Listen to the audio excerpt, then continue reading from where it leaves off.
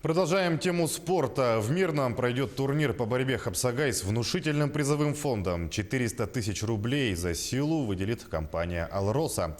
Соревнования соберут минимум 200 спортсменов. Сколько заявок получили организаторы, и их прием продолжается. Кто уже решил попробовать свои силы, расскажут наши коллеги.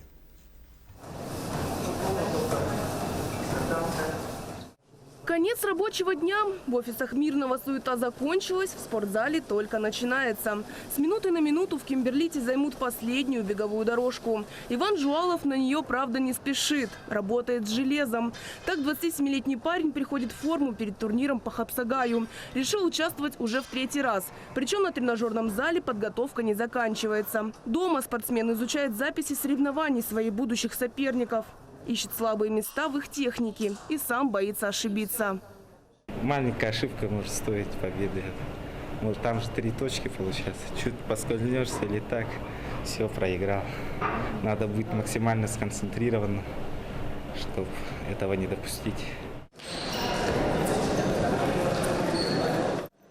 Проворные, ловкие, хватки – это качество борцов Хапсагай. В прошлом году республиканский турнир собрал 150 борцов из 10 районов Якутии. Победить в схватке было непросто, признается Юрий Константинов.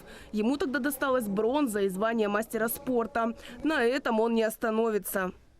В этом году я уже среди ветеранов буду участвовать, так как у меня возраст подпадает для участия с ветеранами. С молодыми уже тяжело. Почему?